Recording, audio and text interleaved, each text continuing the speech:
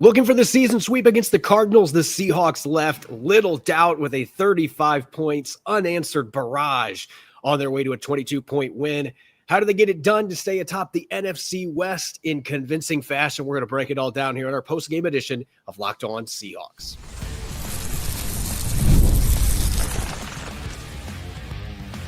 You are Locked On Seahawks, your daily Seattle Seahawks podcast, part of the Locked On Podcast Network. Your team every day. Greetings, 12. This is Corbin Smith, host of the Locked On Seahawks podcast, your daily Seahawks podcast, part of the Locked On Podcast Network, your team every day. Glad to be joined here on our post-game show by my co-host in crime, Rob Rang, and a special thanks to each and every one of the 12s who are tuning in, whether you're in nearby Bellevue, Washington, or you're listening over in London. We greatly appreciate each and every one of you for making Locked On Seahawks your first listen 5 days a week. The Seahawks snagging their fourth consecutive win and yet another game where they raced out to a massive lead in the first half. And maybe using the words held on is a little bit loose, but held on for a 44-22 victory over the Cardinals to stay in first place in the NFC West. We've got this massive matchup now coming up next Sunday in LA. Seahawks and Rams both at 7-2, and whoever wins that game will have sole first place possession in the NFC West. But the Seahawks, Rob, have put themselves in that position with a game that, oddly enough, as dominant as the score would look at the end, there were some slip-ups in the second half that gave the Cardinals a little bit of life and made things interesting, at least for a few brief moments. Nonetheless, it's really hard to lose a 35-point lead, and the Seahawks were able to make the adjustments. And most notably, they were able to finish this game off with their run game. And that was maybe the biggest question we had about this offense going into this game from what we'd seen in their first 8 games. Can this team close out a game running the football? They did just that with over 200 rushing yards in this game against the Arizona Cardinals. Yeah, to me, that was one of the most exciting things about this. It was just the improvement of the running game. The last time Seattle played the Arizona Cardinals, of course, that was in Glendale. They ran for a season-high 155 yards, and then to add 50 more rushing yards in this particular football game, I think just kind of slammed home this victory. And I love the coaching decision there to keep Seattle's rotation fresh. You insert George Holani. Even Bryce Cable do at the center spot. Drew Lock at quarterback. Obviously, that is keeping your starters healthy, but it also is adding a little bit of enthusiasm. Look, it's just human nature that when you jump out to a big lead like this, the opponent is going to show some spine and come back. And it's just difficult to keep up that same type of enthusiasm, the same kind of aggression. But if you play some of the players who don't often get to play, they are going to be out there recognizing their opportunity and playing with such zest that I think it's going to keep the rest of the Seahawks and certainly the fans motivated to finish games off. So again, I thought that it was a brilliant strategy by Seattle's coaching staff, and obviously the players had to step up and play well, and they certainly did so. Yeah, and I'm glad that you mentioned George Holani. And for those listening to the show, if you hear some noises, look, I'm at Lumen Field, and there's some people doing cleanup stuff. This is what you get for on-site post-game shows. But nonetheless, I asked Mike McDonald about George Holani and just kind of the general idea behind rewarding players. And he didn't necessarily want to use that word, but awarding players that have earned the opportunities on the practice field and have gained the confidence of the coaching staff, and just how key that is in building the culture that Mike McDonald wants to build. And you see that by throwing George Holani. And there was 14-0 when he got his touchdown run. So it's not like this game had been blown wide open just yet. George Holani's the one that really swung that door open with his 9-yard touchdown bouncing outside. And we've seen McDonald and his coaching staff do it, as he put it, that they put their actions where their mouths are. They are letting these guys earn those opportunities, and they are playing him. And I thought his response tonight when I asked him about this was extremely insightful. So take a listen. I mean, it's simple. It's not like we're trying to reward guys. We're trying to win. And guys that show that they can go play great football, we're going to give them opportunities to go do that. And I think our actions back that up. And I don't know, I'd like to play on a team like that. If I was a player and I felt like, why do you want me to come out and work so hard every day? Why do you want me to do all the things you're asking me to do? Well, we want to develop you as a player, and we're going to need you at some point. So why would you not operate like that? I don't know. Some people don't do that. I don't get it. Hearing from Helani after the game in the locker room, this is something the Seahawks had told him was going to be ready for this week. They had a play that was ready for him. So it was part of the preparation, and then you just didn't know when it was going to happen. Turns out it happened there with that 14-0 lead. We're going to put you in. And it's, this is a case where Zach Charbonnet and Ken Walker III weren't injured. They played a ton this game. But in that moment, Seattle felt it was time to put George Helani in with a play that he runs really well.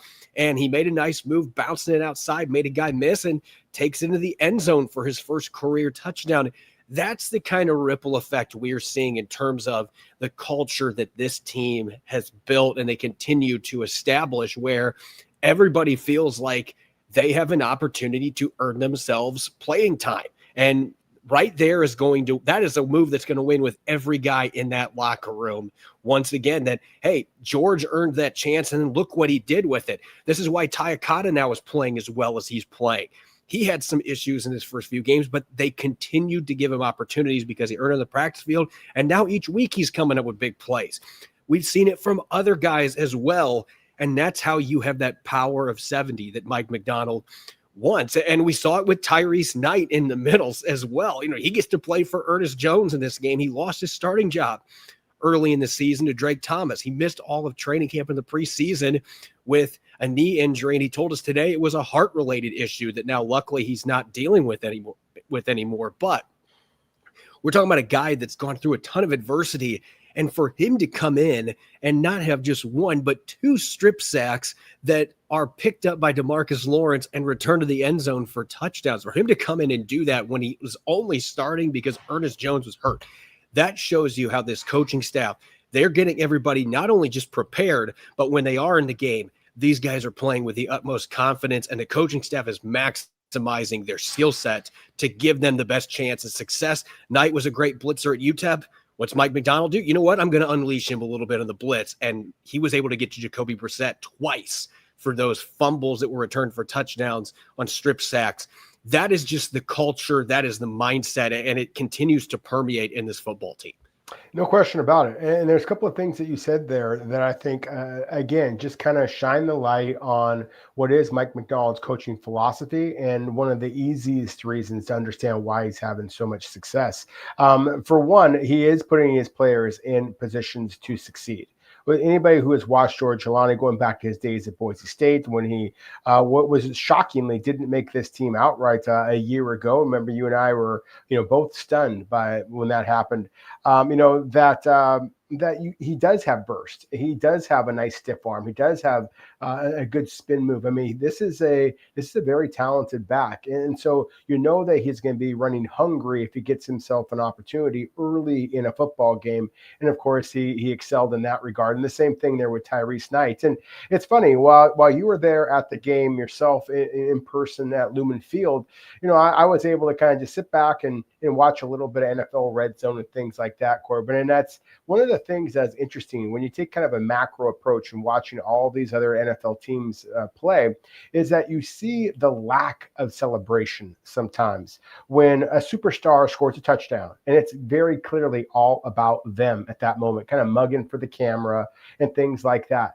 To see the way the Seahawks sideline erupts when George Helani got that touchdown, or when Tyrice Knight got that, the two different forced fumbles and sacks, the way DeMarcus Lawrence, I mean, guys that, sure, Tyrice Knight is a really good football player, and DeMarcus Lawrence is, one of the better edge rushers and all around defensive ends in all of the NFL. It has been for an awful long time, but still, they are not the very first names that are usually going to come out of people's mouths when they're giving the Seahawks defense credit.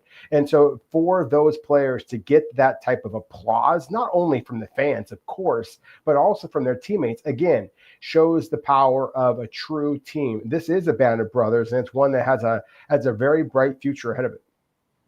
And now they're going to really get to test their mettle with the Rams next week in LA, the biggest game of the year, maybe the biggest game the entire season to this point. Two of the NFC's elite battling for supremacy, at least for a week, supremacy in the NFC West. And we'll have time to dive into that more, but we got so much more to talk about this game before we turn the page to week 11. Coming up next, we're going to dish up our weekly game balls, offense, defense, special teams. Don't go away. You're listening to the post-game edition of Locked On Seahawks.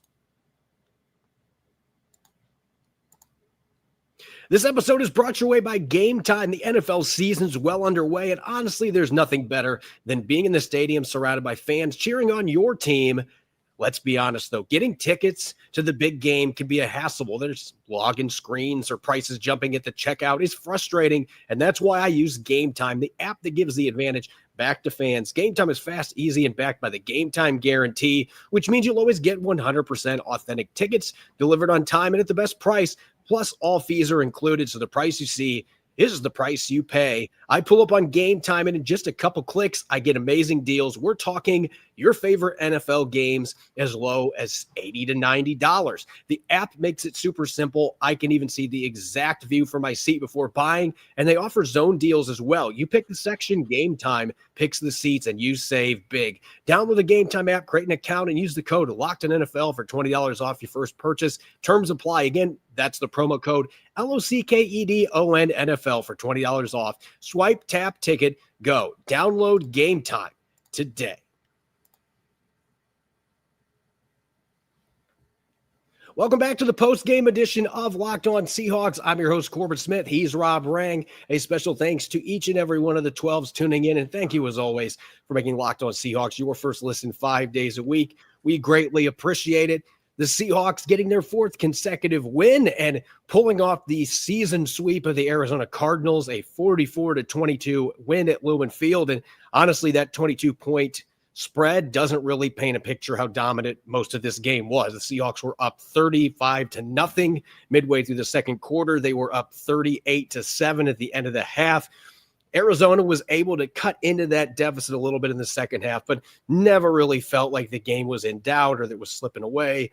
Even though Seattle made it interesting at times, they were able to finish it out with their run game. Let's get to our weekly game balls, Rob. And starting on the offensive side of the football, it's interesting. This game, I think you could say this in all three phases. There were multiple guys that were worthy candidates for all of these game balls. I'm curious with who you went with on offense.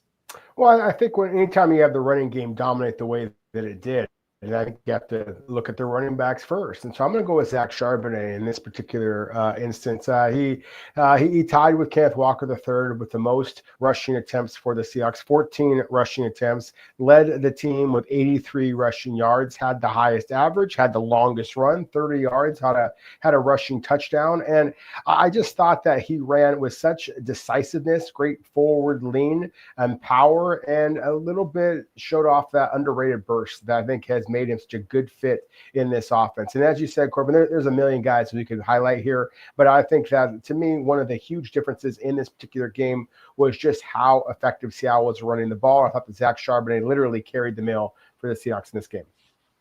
Yeah, and I'm going to go with the low-hanging fruit. And it's funny because you would think the running back guy myself would be picking a running back, and certainly Zach Charbonnet was somebody that I would have considered, but Jackson Smith-Njigba made one catch in the final three quarters, and he still finished with 5 receptions for 93 yards or 96 yards, and also had a 43-yard touchdown reception that opened the scoring. It just seems like every single week, the extraordinary is becoming ordinary, and I think it's just making it a lot of times what Jackson Smith-Njigba is doing.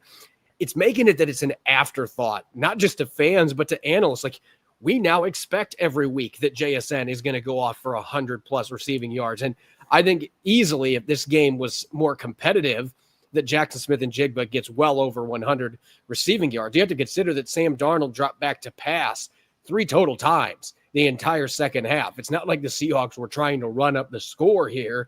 They were just trying to eat the clock up and running the football almost every play. Jackson Smith-Njigba had one catch in the second half, and that was the only completion that Sam Darnold had in the final two quarters. So it's not like he had a lot of chances, and yet he still led the team in receptions, still led the team in receiving yards. And, oh, by the way, he's now to 1,041 receiving yards through 9 games. The previous record for the Seahawks through 9 games, DK Metcalf in 2020, 816 yards. He's more than 200 receiving yards ahead of that previous record, even missing that 100 receiving yard game for the first time in 5 games. He just narrowly missed it. And again, I think that streak is still going if this game was more competitive. But with 2 defensive touchdowns, Seattle didn't need to keep winging the ball all over the place. And he still almost got to 100. And it just didn't feel like – it felt like it was another game that the other team just didn't have any answers for Jackson Smith-Njigba. And fortunately for them, they didn't have to worry about trying to defend him too much those last 3 quarters. Yeah, that actually kind of leads to my favorite statistic of this football game. I mean, certainly the 44 points, certainly the 2 defensive touchdowns. But the fact that Seattle attempted 3 passes in the second half of this football game and still put up 44 points really does kind of encapsulate how dominant of a performance this was. That said, another player that I want to make sure that I give a game ball to on the defensive side is Tyrice Knight. I mean, Corbin, he led the Seahawks in tackles with 8. He led the Seahawks in solo tackles with 6. He led the squad with 3 tackles for loss. He led them with 2 forced fumbles, 2 sacks. You know, this was a guy, of course, that started off the season expected to be a starter. But as you mentioned, he was dealing with some significant health issues and allowed Ernest Jones and Drake Thomas the opportunity to become stars in Seattle's defense. And so it was just refreshing to see number 48 back on the field for the Seahawks, to be taking advantage of his burst as a pass rusher and to have just the splashy kind of debut in a way, because obviously his first game as a starter for the Seahawks this season, at least at this type of an impact. So to me, it was an exciting return to glory for Tyrice Knight and the Seahawks. Certainly, I think you could make an argument that he deserves the game ball if there was only one game ball awarded to any player. And I'm going to go outside the box here. And this is just, look, when I go back and watch the All-22, we'll see what my thoughts are on this front. But as great as those defensive touchdown plays were, and they obviously count more, they were plays that put points on the board. I could not stop watching Nick Emanwari in this game. He was everywhere. He had his first career sack blitzing off the edge, had a couple nice tackles in the run game, 4 pass breakups, including 2 of them that were in the end zone against Trey McBride. And they had a hard time covering McBride for a lot of today's game, but he came through with several nice pass breakups going against McBride. And he was defending receivers. You got to see that versatile skill set and the athleticism and the size that he can go up against a tight end, and then the next play he can go up against a slot receiver, and he has the athleticism to defend that player. There were still some mistakes out there. He's going to make them. He's a rookie. And this really, as he said after the game, when I asked him about the game speeding up, he's like, look, this is still my 4th or 5th game because the injury he had early in the year. But I have been blown away by what this kid is doing. He's playing multiple positions. They every week are increasing the responsibilities that he has because he's earning those chances, and he's mostly running with them. And I just thought when you looked at the game stats, led the team with those 4 pass breakups. He had that sack, had several other plays that he was hovering in the vicinity. And there was another one that he could have had a pass breakup on, but Tyrice Knight got his hand on it first on a goal line 4th down play. He was all over the place making plays on the football. You get to see him blitz. And oh, by the way, Tyrice Knight's first strip sack, guess who made it that he was unblocked in that play? Nick Emanwari was blitzing on that one, and the offensive line picked him up. So this guy is having ripple effects on everything else that's going on in the field, and he's becoming a guy that teams are having a game plan for because of how many different things that he does at such a high level. And that's such a beautiful segue to where I'm going to go with on this. You talked about ripple effects. Rashid Shaheed, it has a huge ripple effect for the Seahawks. Now, of course, we're talking about special teams here, game ball. I think you can make a strong argument that Jason Myers and his historic accomplishments today deserves the game ball. But we'll get to Jason Myers here in a couple of moments. I think Rashid Shaheed, the fact that he was Seattle's kick returner and punt returner immediately with Torrey Horton sidelines in this particular football game. I mean, he only had 1 catch for 3 yards. but he had 2 runs for 20 yards. And Corbin, to me, he is the most versatile and explosive kind of gadget player. And I say that with a great deal of respect because that is going to force defenses to account for him.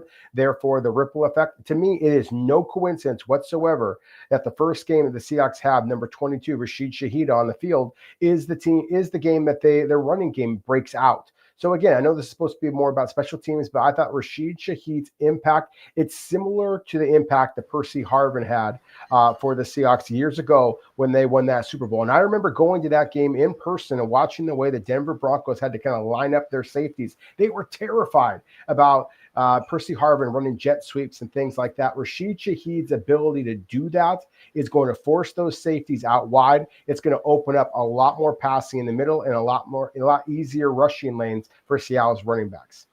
Yeah, and on special teams, people might be listening to our show like, man, he's going outside the box today, but you cannot watch Seattle's kick and punt coverage teams. You cannot watch them without having your eyes gravitate to number 44. And I think that Chaz Surratt has had a fantastic year. This is a guy that the 49ers cut at the end of the preseason, and Seattle claimed him off waivers. And all that he does every single week, minimum, seems like he gets 1 or 2 special teams tackles, or if he doesn't make the tackle, he allows somebody else to do it because he blows up a block and he makes a returner have to try to make a quick cut right back into somebody else. I just love the way that Chaz Surratt plays the game, and he just kind of has that hair on fire mentality that you have to be a really good special teams player. He brings it every week, and he had a couple really nice hits on kick coverage today, and they got plenty of work with how many points the Seahawks were scoring. He was a guy that just consistently jumped out, and this has happened multiple games this year. We saw the block that he had on Torrey Horton's punt return for a touchdown early this year. He does so many things well on special teams. That has turned into a home run addition off waivers for the Seahawks. So you and I could both mention Jason Myers here. He was perfect on his field goals today, perfect on his extra points. But look, you saw the impact that Shaheed had. First kickoff was a little pooch kick, and he got it out to the 35. You saw the quickness there. He did have a fumble later in the game, but Seattle recovered it. You got to see how he impacts the special teams aspect. And Chaz Surratt just keeps making plays week after week, doing all the little things and some of the big booms that Jay Harbaugh is looking for on special teams. So Chaz Surratt getting the game ball on special teams for me. When we come back, we've got some three up action. Another game that, look, there were some mistakes, but good luck finding 3 guys that were on the downside. We're going to celebrate all the positivity coming out of this 22-point win with some 3 up. That's coming your way up next here on our post-game edition of Locked On Seahawks.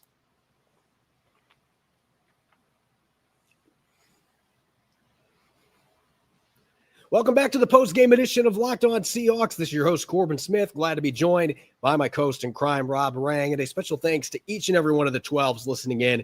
Thank you, as always, for making Locked On Seahawks your first listen 5 days a week. We greatly appreciate it. And make sure for your second listen to check out our friends over at Locked On NFL. You can get a double dose. Tyler Rowland in the morning, and our good friend Tony Wiggins in the evening, taken to the barbershop for all of your NFL intel. 2 great shows, Locked On NFL, wherever you listen to your podcasts. Seahawks with a 44-22 win over the Cardinals at Lumen Field, a game that, quite frankly, didn't feel as close as what the final score was. It was 35-0 at one point midway through the second quarter. An absolute ambush by the Seahawks on both sides of the football. Really, you could say special teams as well. It was just a dominant outing. Had their share of issues early in the second half, but they had built such a big lead that only those mistakes did not matter. Keeping that in mind, this is the first time in Locked On Seahawks history, Rob, that we've had 2 straight weeks that, like, I usually can find a way to find 3 down, 3 guys that maybe need to step it up next week.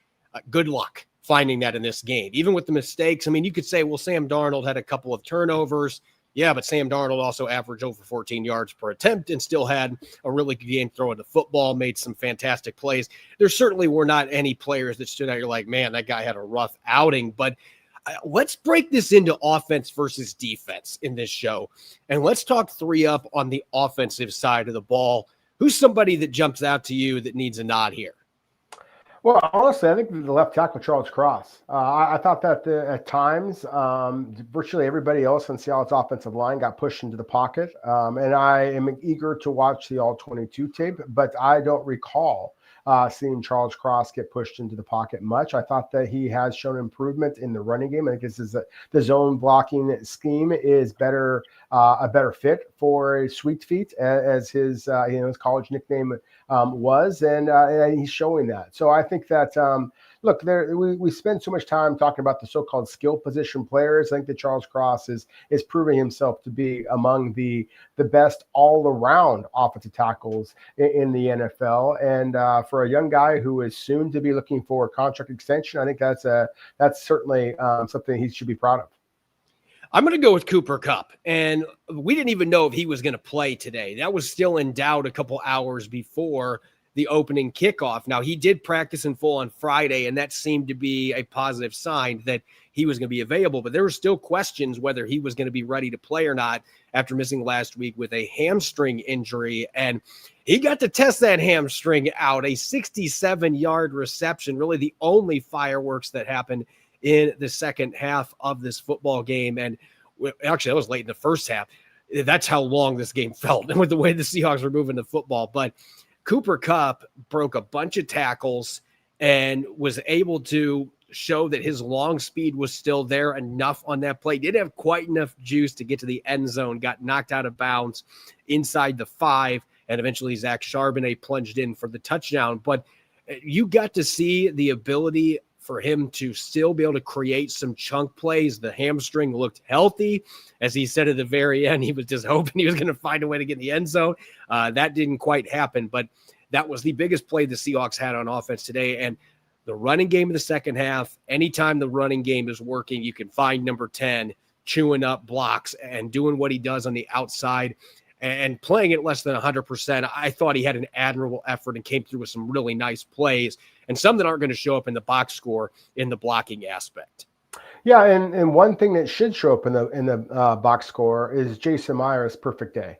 3 for 3 on field goals. He hit all of his PATs as well, and most importantly, historically, the fact that he passed Steven Hauschka to be the all-time most successful field goal kicker in Seahawks history. 176 field goals made now. He, of course, has the longest field goal in Seahawks history, and that occurred a couple of years ago, interestingly enough, against the Los Angeles Rams from 61 yards. He has more 50-plus yard field goals than anybody else in Seahawks history with 30. So it's not like it's 176 career field goals for the Seahawks are all chip shots. So I think that we are remiss in not mentioning him more glowingly even to this point. So he certainly is somebody else that I think appropriately enough, considering the field goals count for 3 points, that he is somebody that we should be talking about in 3-up. All right, let's flip the script to defense. And I think you and I, we both have to give DeMarcus Lawrence his props because of what he did today. And neither one of us gave him the defensive game ball, and that's not taking a shot. Those were great plays. That just tells you how many guys played well for Seattle on defense. But DeMarcus Lawrence became the 4th player in NFL history. I know the Seahawks posted it was 3, but Pro Football Reference has 4. I am going to go with that one. They forgot a 1920s player that was on that list. But there have been 2 guys since the 1970 merger. Jeremy Chin, who was with the Panthers, now with the Raiders. He was with the Panthers in 2020. He had 2 fumbles returned for a touchdown in the same game. Now DeMarcus Lawrence joins him as only the 2nd player since the merger, 4th player all time to accomplish that feat. And he had done it before they were halfway done with the second quarter in this game. Part of me was wondering, as crazy as this game was going, is it going to happen a 3rd time? Like, I felt like I was watching The Twilight Zone with how eerily similar those 2 plays were. And Tyrice Knight said after the game, well, it wasn't the same blitz, but it ended up looking like it was the same blitz. The play just completely came together the same way. Both of them were reviewed, whether it was a fumble or not. It really did feel like, I think it was actually Cooper Kupp that was saying, like, I wondered if I was watching, like, did I go back in time? That's really what it felt like watching that. But we've got to give DeMarcus Lawrence all the flowers because this guy, look, I picked him as my pick to click this week on defense. I know Nick is probably not enjoying that. I'm not going to rub it in his face very much, but he was my pick to click. I didn't anticipate he was going to have 2 fumbles returned for touchdowns, though, because, again, this very rarely happens. For it to all come together with the same guy getting the strip sack and it looking like it was just mirror images on the 2 sides of the field, it was fantastic. And this guy looks like he's carried the ball before, too. Scooped the second one up one-handed and was carrying it like a loaf of bread, goes into the end zone and gets to celebrate with the 12s over there. What a fantastic effort, a historical effort by D-Law today for the Seahawks. Yeah, it was really cool. I mean, and part of the reason why it was so cool is, and I don't think that DeMarcus Lawrence had any idea that, of everything else that was going on in the sporting world. But the fact that Seattle legend Lenny Wilkens passed away, the way that DeMarcus Lawrence kind of scooped up the ball, it's almost like he got it on the dribble. And then on one of those touchdowns, he kind of did like a fadeaway jump shot. And I don't know that he had any idea what was going on, but I just thought that it was the perfect moment for Seattle sports. So I just thought that was especially cool. Hell, it's one of the reasons why I'm wearing kind of a green and gold, shirt today. And the show is just trying to show a little bit of respect to kind of stay with the linebackers, the front 7 defenders that made some big plays. I think it's really easy to overlook what Drake Thomas did in this game. But, that first, I think it was the 4th down play, or maybe it was the 3rd down play that forced a punt. But still, I thought that you would jump all over this, Corbin, as the former running back and running back coach that you are, sir. I mean, he looked like a running back with the way he just, greased his way through the hole. To me, I believe it was Iman Cardo, in the backfield for just a big hit and, really kind of turned this game on its side, I thought. I mean, really set the tone from a defensive standpoint, at least whatever tone was left without Tyrice Knight and DeMarcus Lawrence creating their big plays. So again, I think that Drake Thomas continues to show that he has the instincts, certainly the closing speed to be a superstar in Mike Macdonald's defense. Yeah, and I know the play that you're talking about. Zonovan Knight was actually the one that was in the backfield. Yeah. And it was the second possession for the Cardinals, and it was 3rd down. And what I loved about this play is Drake Thomas let his eyes lead him to the play. He saw the tight end wham blocking across the formation, and he scraped underneath it like it was a delayed blitz. Yep. Just shot out of a cannon. And that is where the instincts come into play. That's so critical at that position in particular. When you're 5 yards off the ball, like guys that try to make that position change, that's the first thing they mention, like got the instincts and trying to understand how the play's developing. And he did a perfect job reading that scheme and letting it take him to the football and just crashing down for that 2-yard tackle for the loss. So he just continues to make all kinds of – he had a couple plays that he absolutely leveled dudes in this game as well. I want to give some props to Nehemiah Pritchett, and I know he gave up a touchdown to Marvin Harrison Jr. towards the end of the game. There's going to be some fans that point that out. That was not bad coverage. That was a great throw by Jacoby Brissett, but there could have been 2. That was an incredible play against Harrison again, back of the end zone on 4th down.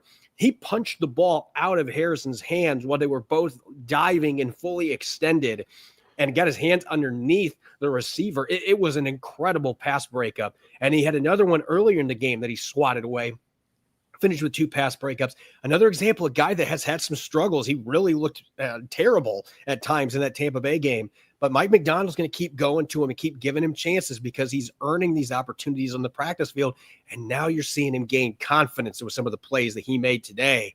With them being shorthanded at corner without Josh Jobe, they got some really good reps from Nehemiah Pritchett that I think are going to serve him well when he's needed later in the season. As Mike Macdonald mentioned, these guys have to all be ready when they're going to be called upon.